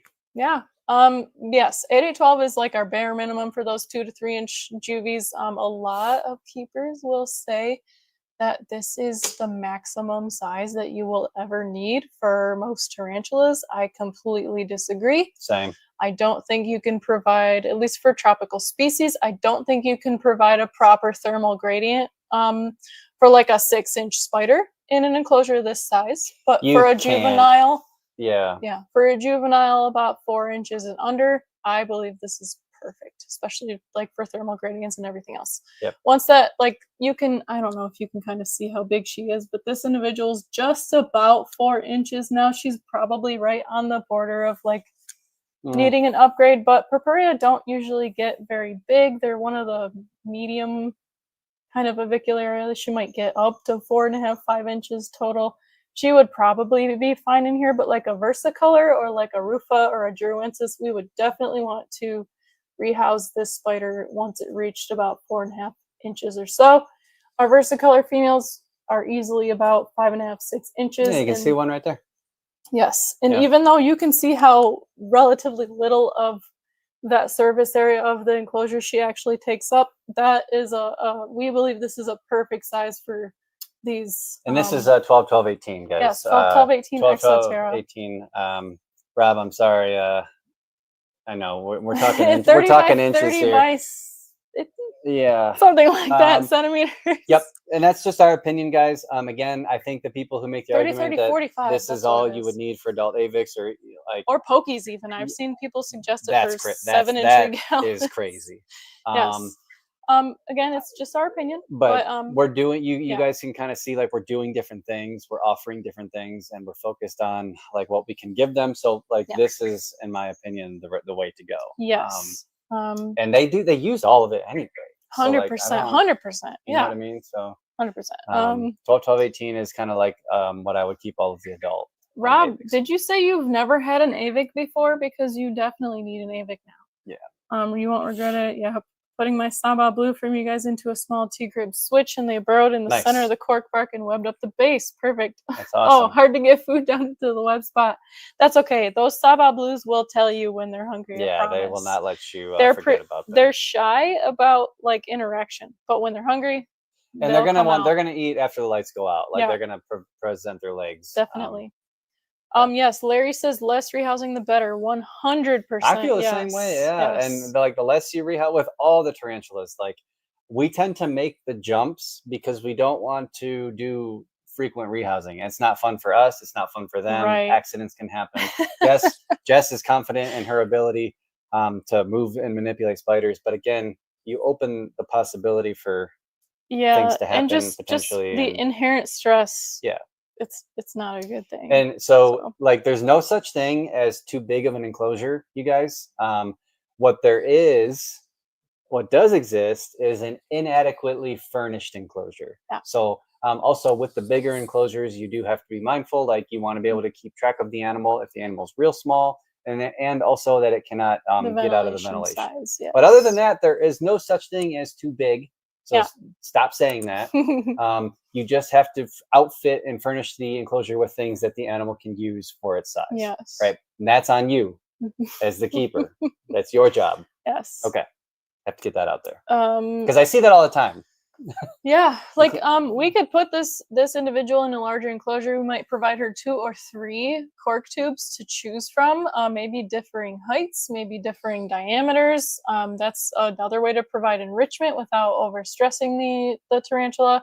Most of our spiders tend to just gravitate towards like and that's tubes the other exactly thing. like the one that's and when you use heat too, right? You can kind of steer them in a safe way and a nice way to utilize structures that you want them to utilize. Because again, they want to thermoregulate. So if you have a heat lamp and you can put the light above the cork, like you know what I mean? Like, and another note about that is the Perpy that I mentioned earlier, the one who actually brought her egg sac out to warm up, she actually has a really big long cork tube in her enclosure that goes almost up to the top. But over the last 2+ years, she has chosen to remain in her smaller diameter tube. That's a good 8 inches below the top of her enclosure. Yeah, she just wants. She wanted that. We have watched her go back and forth, like up into the tall tube and like back down into the short tube, and she's just, for whatever reason, That she was short like, tube was "I like the from short her like Yeah, her enclosure that was like this size. previous enclosure. And that she just, as an adult, has chosen that like that's her spot. It Yeah. doesn't make sense, but But finally, after she got rid of her, or after her babies hatched, I should say, and we removed the babies from the enclosure, she finally chose to go back up into that taller yeah, that taller that cork stretches tube. from the top to the Finally, bottom. like she's Yeah. had the choice for like 3 years, and she's finally accepted it. Which, hey, is cool. Like if that's what she wants to do, that's Yeah. what she wants to do. Yeah, Like that's she, totally fine. again, when we talked about enrichment, like it's giving the animals the option to choose. Give them the natural Security stimuli. tube. Yep, security. That was her security tube. But she had the option to thermoregulate. She had the option to access a bigger hide. Yeah. So, and that's important. Yeah. Even for bugs, Yeah. even for invertebrates, right? And we know this because they use it. Yeah.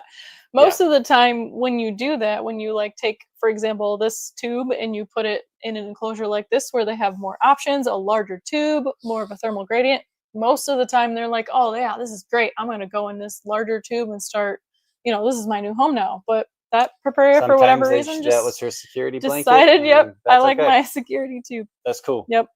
Ben's in the chat said I had a big setup by Ryan and Jessica. It was very nice. Heck yeah, man. When we set his Versicolor up. Yep. Oh yeah. Yeah, Rob says never had an Avic. I'm a complete failure. Yeah, what the hell, man? It's all good. You got plenty of time. Before you go, you guys are doing another auction tomorrow, right? Yes, we are. Cat, absolutely. Yep. If you guys are in the States, sorry, Rob. I know I don't mean to keep dogging on you, but we can do international dry goods shipping. Just saying. Yeah. I don't know how it works with Palm Street, but I don't know. Anyway, we are doing an auction tomorrow at what time? Tomorrow. At the time of filming this, tomorrow at. I think I scheduled it for 7. 7 Central. The Palm Street app. If you don't know what we're talking about, look at your app store and search Palm Street. There's a green palm logo. No. Yes, we are doing another auction. We got a new little batch of species, some females, some other random little bugs for you, and lots of cork hollows. If you guys want cork crazy, dope sick cork tubes like that, come hang out. I've got lots of really I'm moving cool to the US. No, I think you should stay there for. Yeah, give it some time, bro. Yep. I'm not gonna go into that. All right, guys, we love you so much. Thank you for hanging out with us. Any questions at all ever when it comes to Avics? Yeah, message us, post it in the comments if. Join our Facebook group, Spiders After Sunset Spiders Social. After Sunset Social on Facebook. Jessica has put together a nice little care guide for you guys at martialarachnids.com. Again, care guides are just a generalized thing. It's not a do or die. Oh yeah, there should be. I think there's a disclaimer at the top of everyone that just says this is how we do it. You don't have to do it this way. And you probably should. This is how we do it. It's just that's how we do it. We want to give you the information that we have, and you can do with it what you want. Yep. Yeah. I think that's it, guys. Hold on, wait. Okay. Don't. That's all I'll say. Wanted to ask about your feeding schedule. So yeah, for Avics, start here. I mean, okay. We'll talk about Avics specifically, but it doesn't differ much for any of our other tarantulas. But so for spiderlings, we check on these. We make it a point to check on these guys at least once a week. And what we're doing is we're making sure the spider looks good. We're making sure, like, checking the body condition of them, if they got a fat butt or if they are due for a feeding. And typically we find that they're ready for a feeding about once a week. And we usually feed larger prey items too. Like we are tongue feeding, so the animals take larger prey items, so that kind of gets them set for the week. You know, if you're feeding smaller prey items, perhaps more frequently. And tongue feeding also, if a spider refuses a tongue fed item, especially for Avicularia, if they refuse the tongue fed item, that is a really good sign for us that they might be getting ready to molt, or they're just not ready to eat yet. So we don't typically leave loose prey items unless we're certain that that spider's going to go hunting for it. But yeah, about once a week for spiderlings. And then for this size, same sort of thing. Yeah, we make it a point about every 7 to 10 days for our juveniles. Once again, we are feeding larger prey items or multiple large prey items, so they're usually totally fine going up to 2 weeks or sometimes even more. Yeah, but like if they look their Yeah. abdomen is fat and shiny, Yeah. and they look big. We're not mechanical. Like we're Yeah, not just gonna feed them, exactly. Yeah. right? Because that can be unhealthy too. Yeah. So And really, the once a week thing with these guys is more honestly to fill their water dishes or clean them out, because most of the time we'll find that they drop their little boluses in their water Yeah. dish and it gets kind of gross. So we want to make sure we're giving them fresh water at least once a week, or every 10 days or so.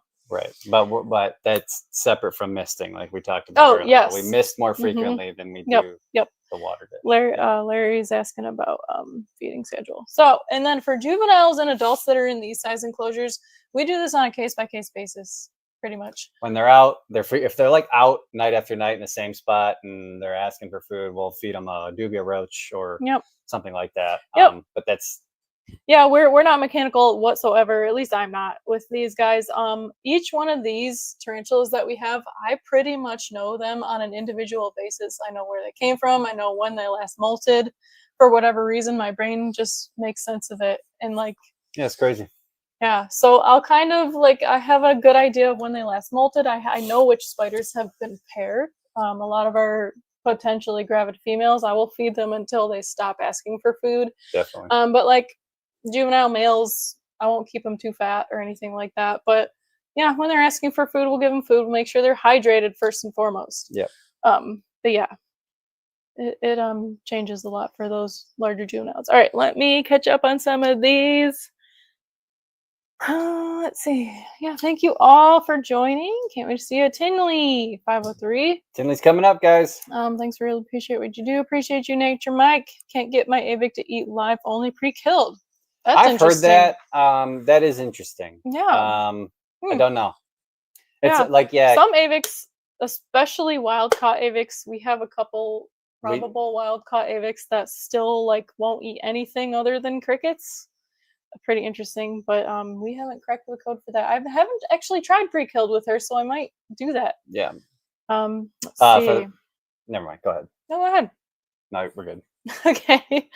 What are you feeding slings? Yeah, so at this size, like this is a variegata, just now hit third instar, maybe slightly over 3/4 inch. These guys we are feeding like the first instar dubia roaches, or like 1/4 inch crickets. We prefer to stay away from crickets if we can, just because they're But a lot of times, expensive a and lot of these noisy. guys, they are expensive, but a lot of times, like they're more eager to take Yes. crickets than they are dubias. Yeah, so. the crickets have like a softer exoskeleton. They're juicier usually than a dubia roach of a similar size. Also, we're finally like getting babies from our red runner roach colony, so we're hoping If you're to crazy enough to displace. do red runners, do red We're runners. hoping to displace some of our cricket bill onto our red runners. This is a fat one. Wow. I fed Definitely them. I think it good honestly eater. ate half inch. I think I fed it half It looks inch. like it did. Yeah.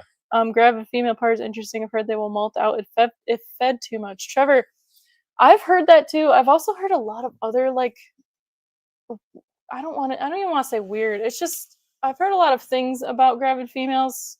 Yeah. And like older females like into their molt cycle that I haven't. It's not that I don't believe it necessarily, because I don't have enough experience to know, but it's just my experience has not favored those opinions. Yeah.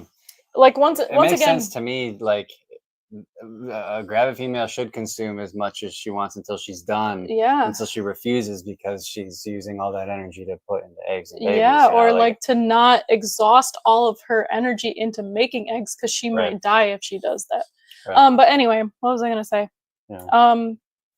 Yeah, I our paired females, we don't get a lot of paired females that just molt out. Yeah. Well, Like, we have had usually- Metallica do that, but that's when we tried to like push it, Yeah. push to kind of like, because Yeah, kinda like Metallica Opsies and specifically, stuff, like yeah. Poecilotheria are very cyclical, and like we tried to like push it to where like, okay, we're getting pretty close. Let's just try, Yeah, and it was like, we have a it's too male late. now, yeah. You know, it's a yearly cycle thing Yeah. for them. But other than that, like, yeah, it's very, very infrequent. Like I think we get more infertile sacs, or like not good sacs more yeah, often which than they we usually get. will eat. Yeah. If you know. We get that happening a lot more often than we get females that molt out of pairings. It seems like, at least over the last couple of years. Thank Sorry, you guys. all so much. Yeah, Nikki, you need to go to Tinley sometime.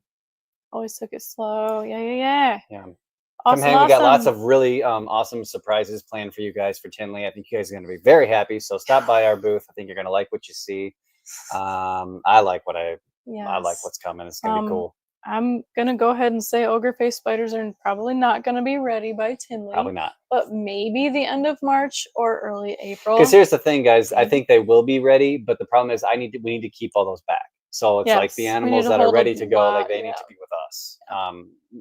No offense. They just No offense. yeah. No, but we need to keep the Yeah. breeding project going. We can't sell Yeah. everything we have because then we won't have any more babies for the next. Right. But there will be Next plenty of babies generation. for everyone if they want to participate in the breeding project. Yeah. Everyone who wants to participate will have the opportunity Yes. to do so. So I think our next live is going to be about ogre face. yep. So let's talk about information that. and Yep. So husbandry, yeah, look out for that. And the reason we're going to do that is because we need some sort of resource to give everyone who's going to have questions Yes.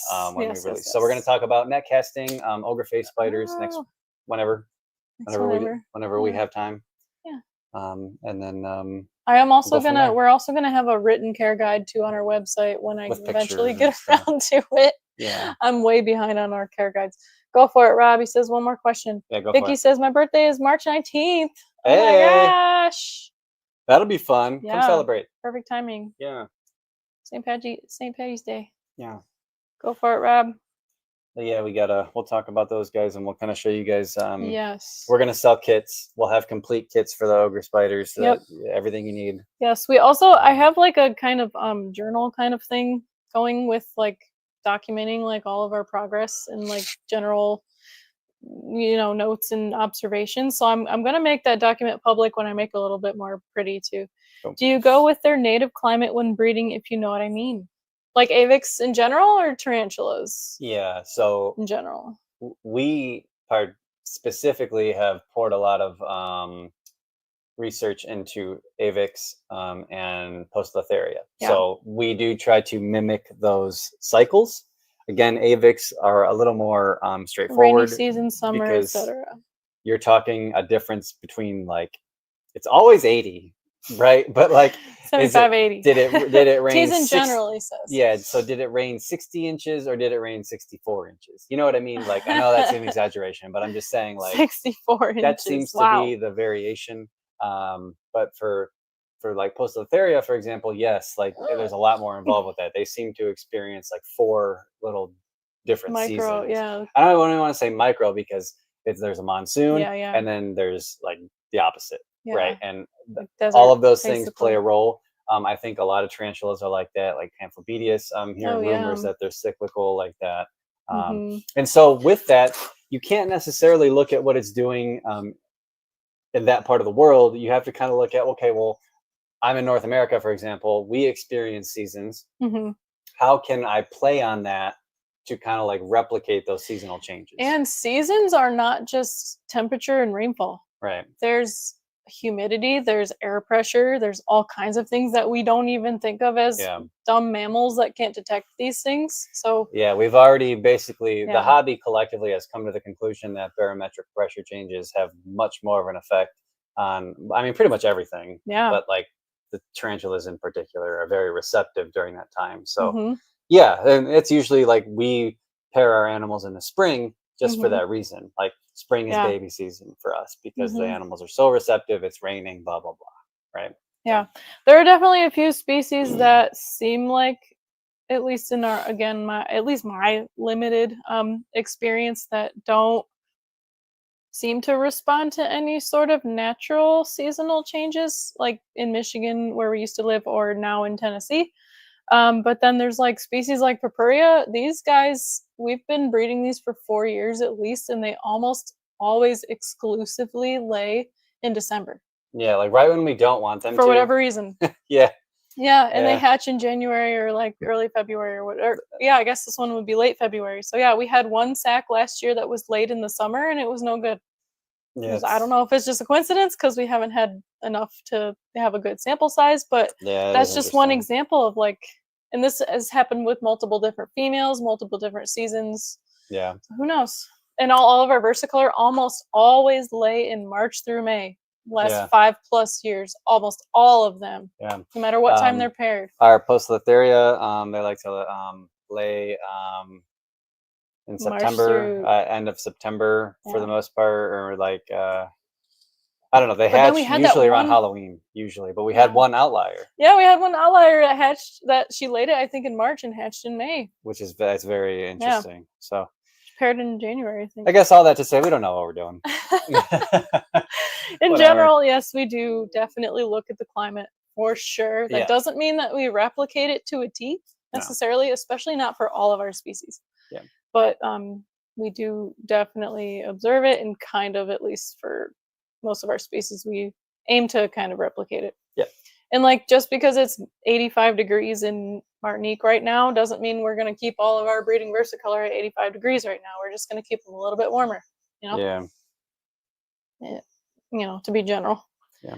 Anyway, if you guys are you guys have any more questions, go for it. Otherwise, I think we are winding down. Yeah, I keep yawning over here, I man. keep I'm going to swallowing bed. flies. And I so, keep eating flies. Yeah. Oh, God. Thank you all so much. Yep, we love you guys. I think that's yes. it. Please join us on Palm Street tomorrow. If you can't buy anything or don't want to, that's totally Just come fine. hang. Come hang, Come hang, ask or questions. join us maybe next week for our next stream. Hang out on Facebook. So how long do pink toes normally live? The reason I ask is because I had one that only lived 6 months. Longer than Asks that. Paige. Yeah, longer than that for sure. I would say vast majority of pink toes take at least 4 years to reach maturity. And then, you know, adult females can live 15 plus years for most species. Minitrix might be an outlier just because they're a dwarf species. But they probably live at least 10 plus years. Males, 4 to 6 years average, I would say, for the vast majority of pink toes. But yeah, I'm sorry to hear that yours only lived 6 months. It could have been a mature male too. Like That's that might not have been possible. anything you did. If you got a larger one, it could have been. Yes. It could have been that. Yes. It could have been a mature male. Definitely. At the end of its life. So. Yeah, it'll depend on where you got it from and a million other variables. But anyway, thank you all so much. I know we've been saying goodbye for like a half hour, but can't leave you, man. Bye. All right, we love you guys. See you Good next night. time. See ya. You started the stream, right? What stream? Like I didn't.